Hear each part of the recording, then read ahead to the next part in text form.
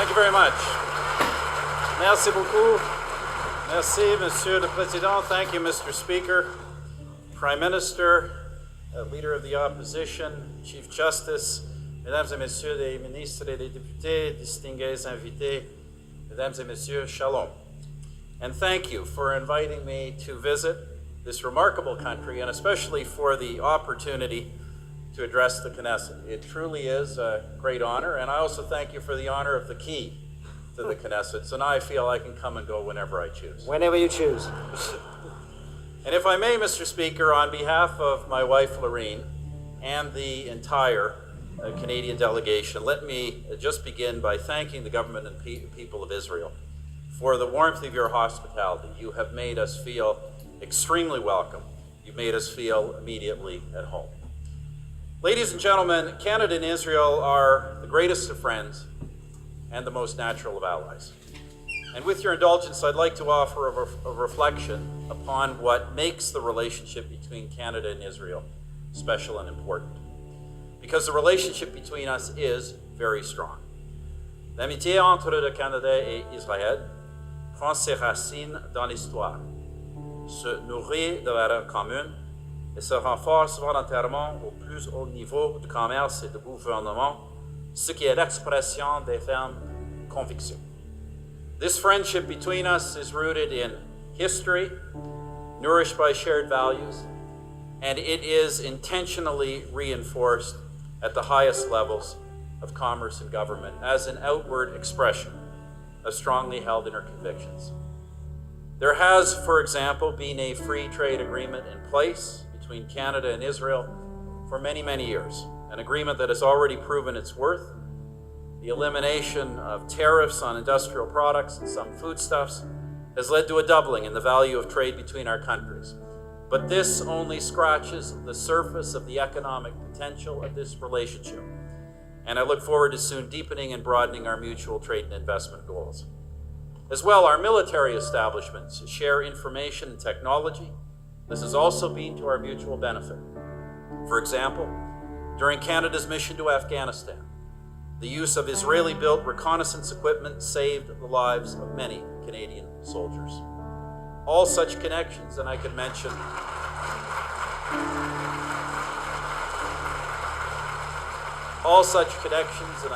many more, science and technology, all build strong bridges between us. Cependant, pour bien comprendre la relation particulière entre Israël et le Canada, il faut regarder au-delà du commerce et des institutions, des liens personnels tissés par l'amitié et la parenté. However, to truly understand the special relationship between Israel and Canada, one must look beyond trade and institutions to the personal ties of friendship and kinship. Jews have been present in Canada for more than 250 years. In generation after generation, by hard work and perseverance, Jewish immigrants, often starting with nothing, have greatly prospered. Today, there are nearly 350,000 Canadians who share with you their heritage and their faith. They are proud Canadians, but having met literally thousands of members of this community, I can tell you this. They are also immensely proud of what the people of Israel have accomplished here, of your courage in war, of your generosity in peace, and of the bloom that the desert has yielded under your stewardship. Lorene and I share that pride. We share that pride and the understanding that what has been achieved here has occurred in the shadow of the horrors of the Holocaust. La compréhension du fait qu'il est juste d'appuyer Israël parce qu'après avoir connu la persécution durant plusieurs générations, le peuple juif mérite d'avoir son propre pays et mérite de vivre en sécurité et en paix dans ce pays. The understanding that it is right to support Israel because after generations of persecution, the Jewish people deserve their own homeland and deserve to live safely and peacefully in that homeland.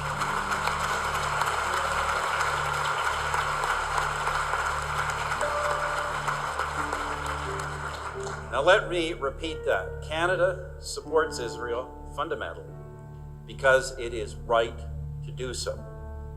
This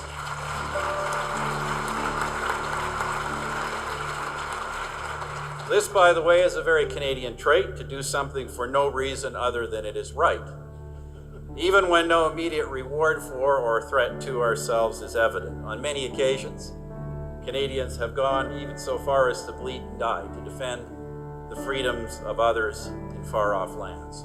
To be clear, we have also periodically made terrible mistakes, as in the refusal of our government in the 1930s to ease the plight of Jewish refugees.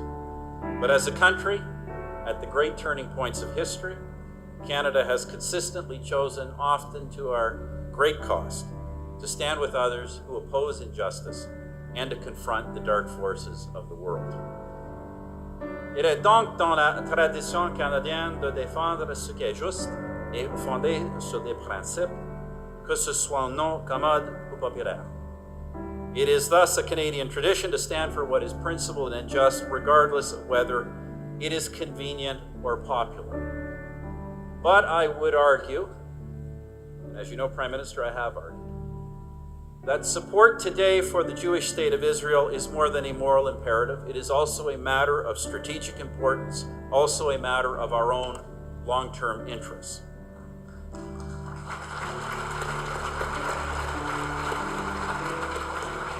Ladies and gentlemen, I said a moment ago that the special friendship between Canada and Israel is rooted in shared values. En effet, Israël est le seul pays du Moyen-Orient à s'être ancré depuis longtemps dans les idéaux de liberté, de démocratie et de primauté du droit. Indeed, Israel is the only country in the Middle East which has long anchored itself in the ideals of freedom, democracy, and the rule of law. And these are not mere notions. They are the things that over time and against all odds have proven to be, over and over again, the only ground in which human rights, political stability, and economic prosperity may flourish. These values are not proprietary. They do not belong to one people or one nation, nor are they a finite resource. On the contrary, the wider they are spread, the stronger they grow. Likewise, when they are threatened anywhere, they are threatened everywhere. And who threatens them? Or more precisely, what today threatens the societies that embrace such values and the progress they nurture? Those who scorn modernity, those who loathe the liberty of others, and those who hold the differences of peoples and cultures and religions in contempt. Those who often begin by hating the Jews, but history shows us, end up hating everyone who is not like them. Those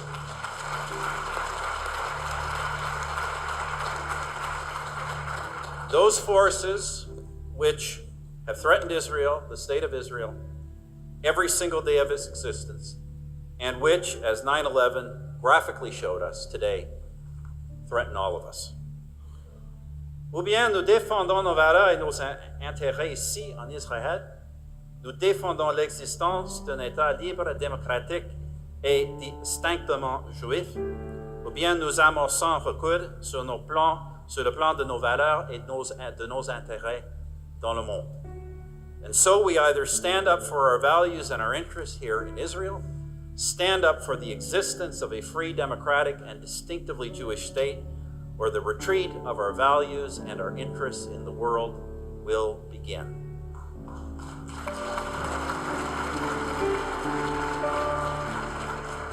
Now, ladies and gentlemen, just as we refuse to retreat from our values, so we must also uphold the duty to advance them.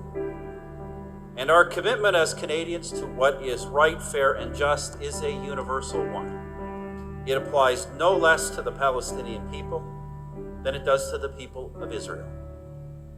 Autant nous soutenons sans réserve le droit d'Israël de se défendre, autant nous préconisons depuis longtemps un avenir juste et sûr pour le peuple palestinien. Just as we unequivocally support Israel's right of self-defense, so too Canada has long supported a just and secure future for the Palestinian people. And I believe we share with Israel a sincere hope that the Palestinian people and their leaders will choose a viable, democratic Palestinian state committed to living peacefully alongside the Jewish state of Israel. As you, Prime Minister, have said, when Palestinians make peace with Israel, Israel will not be the last country to welcome a Palestinian state as a new member of the United Nations. It will be the first.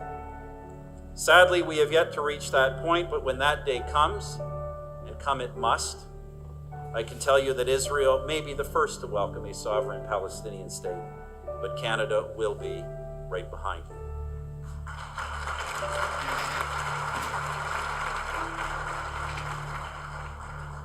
Now, ladies and gentlemen, even support, firm support, doesn't mean that allies and friends will agree on all issues all of the time. As you and I know, Prime Minister, no state is beyond legitimate questioning or criticism. Indeed, Israel as a democratic state makes such criticism a part of your national life. But our support does mean at least three things. First, Canada finds it deplorable that some in the international community still question the legitimacy of the existence of the State of Israel. Our view that Israel's right to exist as a Jewish state is absolute and non-negotiable.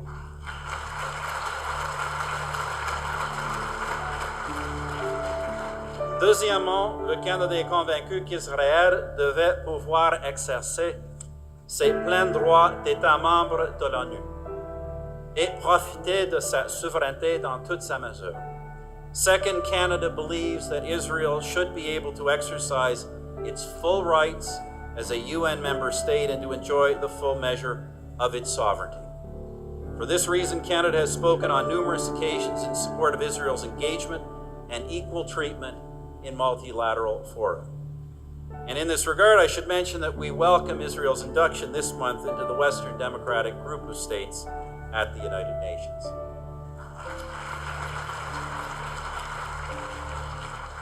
Troisièmement, nous nous refusons à critiquer Israël de façon isolée sur la scène internationale. Third, we refuse to single out Israel for criticism on the international stage. Now, friends, I understand that in the world of diplomacy, with one solitary Jewish state and scores of others, it is all too easy to go along to get along and single out Israel.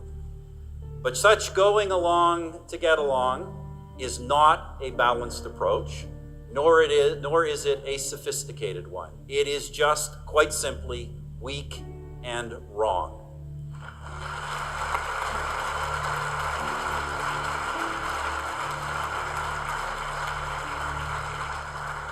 Unfortunately, ladies and gentlemen, we live in a world where that kind of moral relativism today runs rampant. And in the garden of such moral relativism, the seeds of a much more sinister notion can easily be planted. And so we have witnessed in recent years the mutation of the old disease of anti-Semitism and the emergence of a new strain. We all know about the old anti-Semitism. It was crude and ignorant, and it led to the horrors of the death camps. Of course, in many dark corners, it is still with us. But in much of the Western world, the old hatred has been translated into more sophisticated language for use in polite society. People who would never say they hate and blame the Jews for their own failings or the problems of the world instead declare their hatred of Israel and blame the only Jewish state for the problems of the Middle East. As once Jewish businesses were boycotted, some civil society leaders today call for a boycott of Israel. On some campuses, intellectualized arguments against Israeli policies thinly mask underlying realities, such as the shunning of Israeli academics and the harassment of Jewish citizens. Most disgracefully of all, some openly call Israel an apartheid state. Now think about that statement. Think about the twisted logic and outright malice behind that. A state based on freedom, democracy, and the rule of law. founded so that Jews can flourish as Jews and seek shelter from the shadow of the worst racist experiment in history, that is condemned, and it is condemned in language, in the masked language of anti-racism. Friends, that is nothing short of sickening.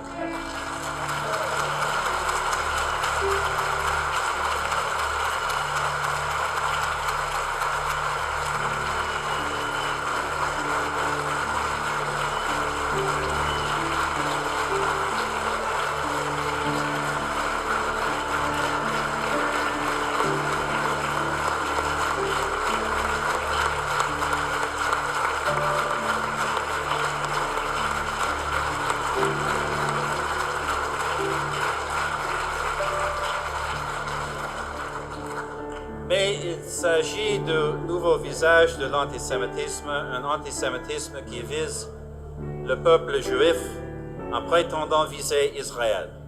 But this is the face of the new anti-Semitism. It targets the Jewish people by targeting Israel and attempts to make the old bigotry acceptable to a new generation. Now, of course, friends, criticism of Israeli government policy is not, in and of itself, necessarily anti-Semitic. But what else can we call criticism that selectively condemns only the Jewish state and effectively denies its right to exist, to defend itself, while systematically ignoring or excusing the violence and oppression all around it? What else can we call it when Israel is routinely singled out, targeted at the United Nations, and when Israel remains the only country to be subject to a permanent agenda item at the regular sessions of its Human Rights Council? Ladies and gentlemen, any assessment, any judgment of Israeli actions must start with this understanding. Depuis 65 ans qu'existe comme nation l'État moderne d'Israël, les Israéliens ont enduré d'innombrables attaques et calomnies et n'ont pas eu une seule journée de véritable paix. In the 65 years that modern Israel has been a nation, Israelis have endured attacks and slanders beyond counting and have never known a day of true peace. And we Canadians understand that Israelis live with this impossible calculus. If you act to defend yourselves, you will suffer widespread condemnation over and over again. But should you fail to act, you alone will suffer the consequence of your inaction. And that consequence will be final. It will be your destruction. La vérité que le Canada comprend est que beaucoup des forces hostiles dirigées contre Israël s'exercent aussi sur tous les pays occidentaux. Israël y fait face pour beaucoup des mêmes raisons que nous, mais Israël y est confronté de beaucoup plus près. The truth that Canada understands is that many of the hostile forces Israel faces are faced by all Western nations. Israel faces them for the same reasons, many of the same reasons we face them. You just happen to be a lot closer to them. Of course, no nation is perfect, but neither Israel's existence nor its policies are responsible for the instability in the Middle East today. One must look beyond Israel's borders to find the causes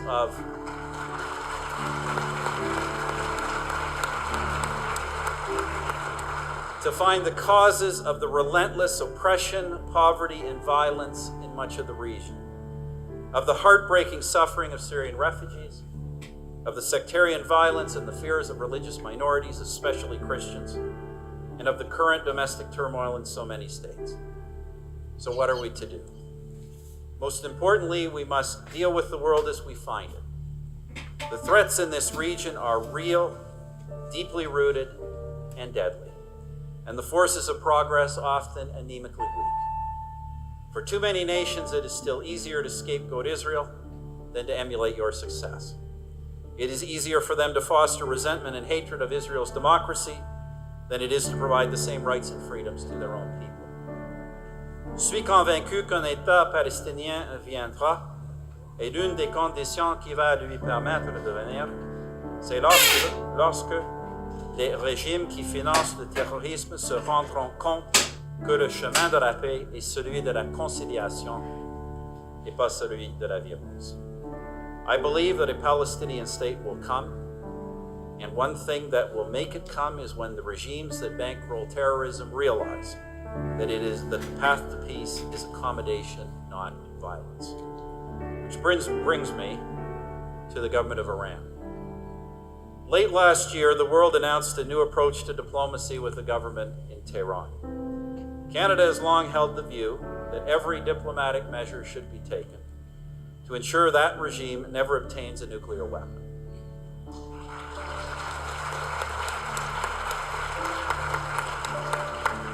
We therefore appreciate the earnest efforts of the 5 permanent members of the Security Council in Germany.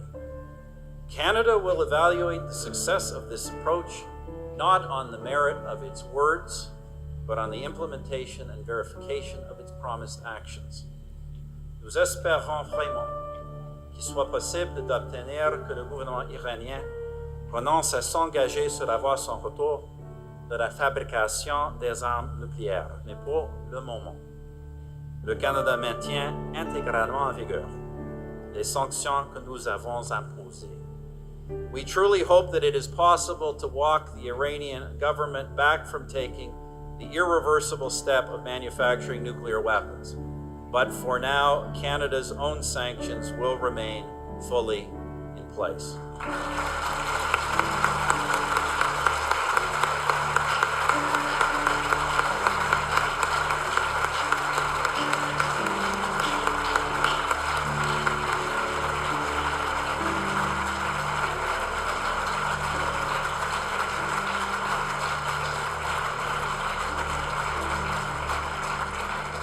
And should our hopes not be realized, should the present agreement prove ephemeral, Canada will be a strong voice in the world for renewed sanctions. Well, ladies and gentlemen, let me just conclude with this thought. Je crois que l'histoire d'Israël est une des plus belles pour le monde entier. I believe the story of Israel is a great example to the world. It is a story essentially of a people whose response to suffering has been to move beyond resentment and build a most extraordinary society. A vibrant democracy, a freedom-loving country with an independent and rights-affirming judiciary, an innovation world-leading startup nation. You've taken the collective memory of death and persecution to build an optimistic, forward-looking society. One that so values life, you will sometimes release 1,000 criminals and terrorists to save one of your own. In the democratic family of nations, Israel represents values which our government takes as articles of faith and principles to drive our own national life. And therefore, through fire and water, Canada will stand with you. Friends, you've been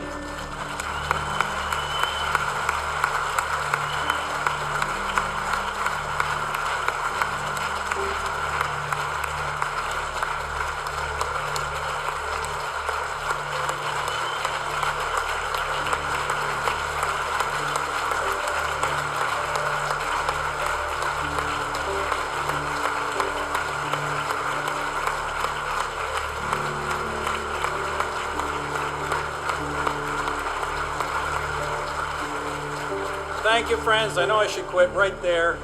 You've been very generous with your time and attention. Lorene and I know the entire delegation, thank you for your tremendous hospitality. Once again, thank you. Merci. Thank you for having us, and may peace be upon Israel.